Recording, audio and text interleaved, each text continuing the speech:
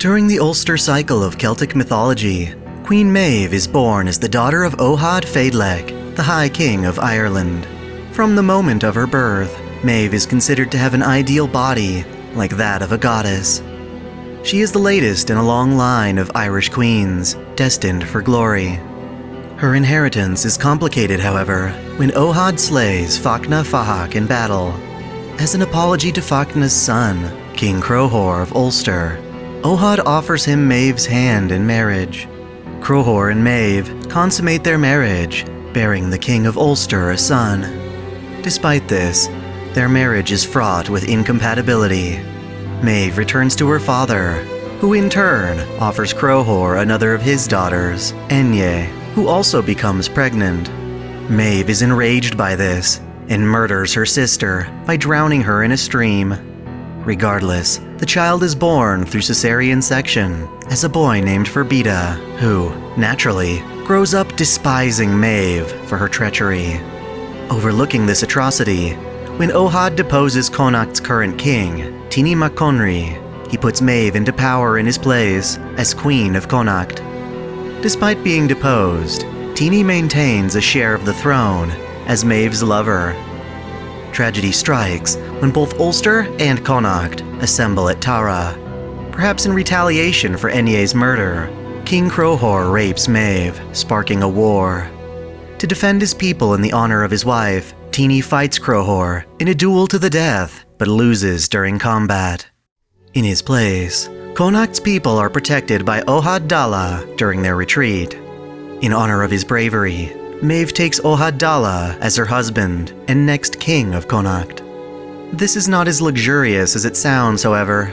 While Maeve puts herself forward as pure, neat, and clean, she is both unscrupulous and unfaithful. This clashing of qualities encapsulates Maeve's devious personality. In addition to treasures, Maeve is hopelessly enamored by strong men. She especially enjoys men who will not yield to her, as she finds the pleasure worth the pain. Regardless of marriage, she will lust for men so long as they are without fear, meanness, or jealousy. Yes, she demands her lovers to be open to her infidelity.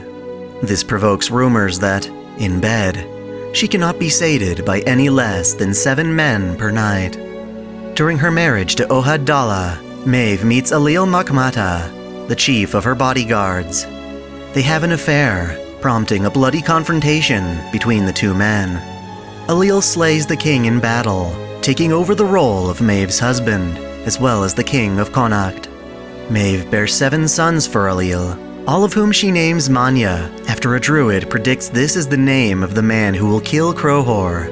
Clearly, Maeve's hatred for Crohor and his kingdom of Ulster is strong. Conveniently, when many of Crohor's finest warriors leave Ulster in anger, Maeve is more than happy to take them in. Among them is Fergus MacRoic, who defects to Connacht to become Maeve's lover. As she beds with the great hero of the Red Branch, she is tempted by the opportunity to wage war against Ulster. Her love for treasure ultimately tips the scale on the side of destruction. On occasion, Maeve and her husband compete against each other as rivals over wealth and status. Because they are equal in status, birthright, and power, they resort to appraising their belongings. While their possessions are mostly of equal value, Alil possesses a white-horned bull, considered to be far more valuable than Maeve could account for. She refuses to be outmatched and sends her messengers to search Ireland for an equally treasured bull. Her search leads her to the brown bull of Cooley, owned by Dara of Cooley and Ulster. In exchange for the bull, Maeve offers money, land, and sexual favors. As they meet over fine drink, Dara nearly accepts the offer, until Maeve declares that she will simply claim the bull by force should he refuse. The threat angers him, prompting him to outright deny her request.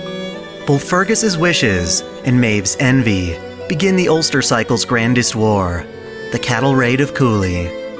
She prepares for battle against Ulster and learns of their greatest weakness, the curse of Macha. King Crohor once challenged Macha, a pregnant woman from the Irish otherworld, to a race. After one of his men boasted of her speed, Crowhor insisted on proving the superiority of his horses and chariot, forcing her to run despite the children in her womb. With her own life on the line, Maka sprinted the course while enduring labor pains, managing to win by the width of her belly. After the race, she painfully delivered her 2 stillborn children. Recalling how none of Ulster's men defended her against Crowhor's insistence, Maka decided to curse all of Ulster's warriors, to feel the agony of labor, and to lose their strength whenever they need it most.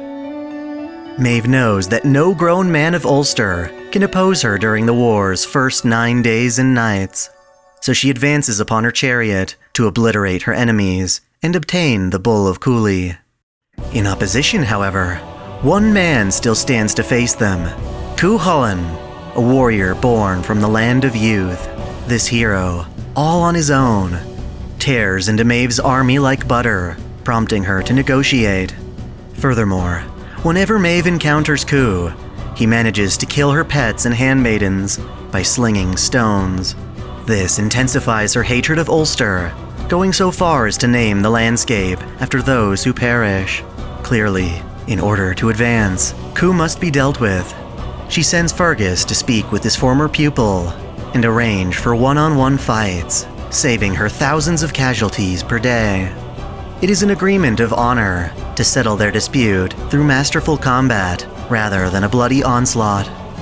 To rally brave warriors willing to fight Cu one-on-one, Maeve and Alil offer up the marriage of their daughter. To further obstruct Cu, Maeve lets loose Clan Calatin, a poisonous monster. Still, Cuchulainn excels at combat, gradually depleting Connacht of its champions. Maeve cares not for a warrior's honor, and secretly advances a band of raiders at night to capture the bull from the shadows.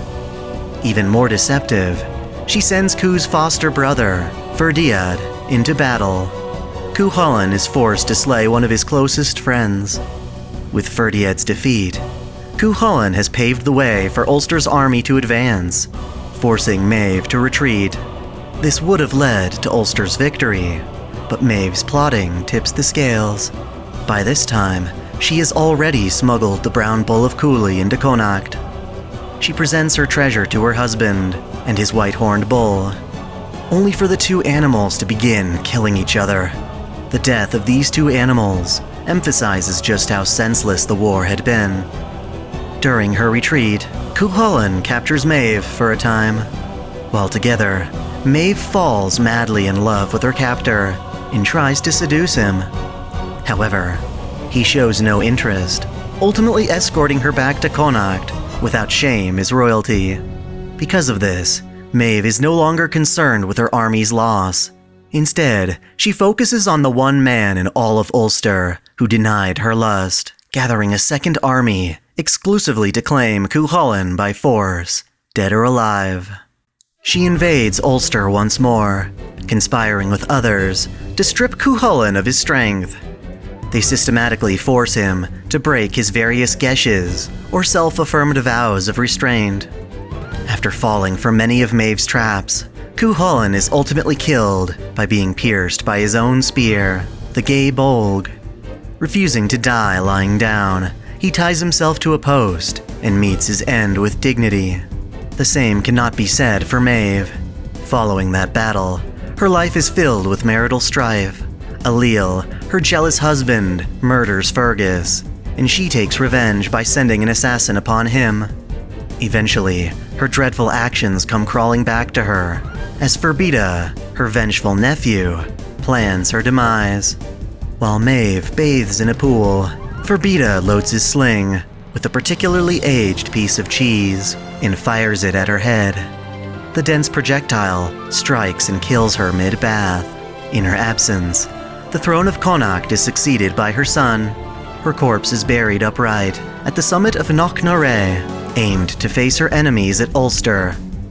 In death, Maeve has but 2 lingering wishes: to resolve her fixation with Cuchulainn, and to make all the superb men in history her lovers. Her demise leaves with it an infamous reputation in Ireland as the Eternal Lady, perhaps a divine spirit of evil and insanity. This fame is enough for her to be recorded into the Throne of Heroes. In the modern era, the Chaldea Security Organization fights to save humanity from incineration by resolving various singularities created throughout history. One such singularity takes place in North America during the inception of the United States. Oddly enough, Queen Medb is summoned here and winds up in possession of the Singularity's Holy Grail. With such vast power at her disposal, Medb takes this chance to form an army of Celtic soldiers. From the seeds of countless men who made love to her, she is able to slice into her index finger and reproduce warriors from the spilt blood. Using the Grail, she summons forth other Irish heroes, such as Fergus MacRoic, Finn McCool, and Diarmuid to lead her armies in ravaging American land. Her greatest achievement, however, is summoning her beloved Cuchulainn in an altar form, manifesting from her desire for a wicked monarch like herself. Together, her forces conquer Eastern America, murdering George Washington and other key leaders of the time.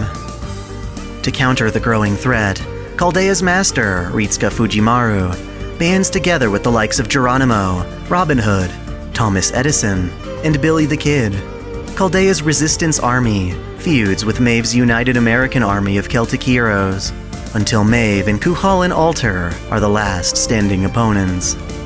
Ritsuka's party manages to slay them, but at the last minute, Medb retaliates by summoning the demonic creature, Clan Calatin, before disappearing. Ritsuka is eventually able to procure Medb's Holy Grail, resolving the singularity, and in the aftermath, she is summoned by Chaldea's fate system as an ally. Naturally, Medb is not one to submit to others, and only considers Ritsuka a temporary master. Even then, she thinks little of the typical master-servant contract. Instead, she holds Ritsuka to the same standards as other men she lusts for.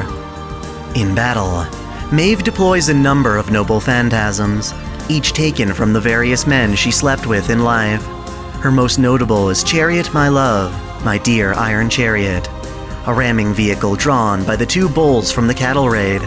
If she succeeds in capturing an enemy, she will pull them inside her carriage, a reality marble in the form of a love nest. She effectively traps and makes love to her opponents, charming them to her side for a time. To further lure in men, she utilizes my red mead, my dear honey alcohol. No man can resist her invitation to drink such lovely nectar, and they have no choice but to join her ranks. Beyond that, she has Crowhor My Love, my dear future vision, which grants her the ability to see into the future. Lastly, she relies upon Fergus My Love, my dear rainbow sword, to rotate the heavens and skies. In a sense, she is mainly borrowing from her victims. Even as an ally for Ritsuka, Medb can be found as a free servant in later singularities, such as a version of Ireland, upon which Chaldea holds a lavish racing event. Here, Medb forms an underground prison, serving as its warden, while she captures Ritsuka's servants. Ultimately, Medb is one of those heroic spirits driven by her passion, for better or worse. In the hands of a handsome and understanding master, she can be a charming asset for humanity.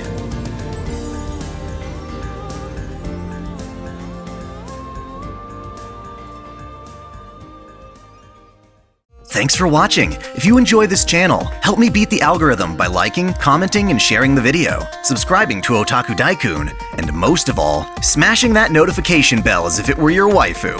That way you'll never miss out on all of my anime content, lore videos, live streams, and Holy Waifu Wars polls. My vids are struggling to get featured, so that bell is absolutely critical. If you want to support me directly, check out my Patreon, or consider donating via Super Chat. And as always, celebrate your fandom.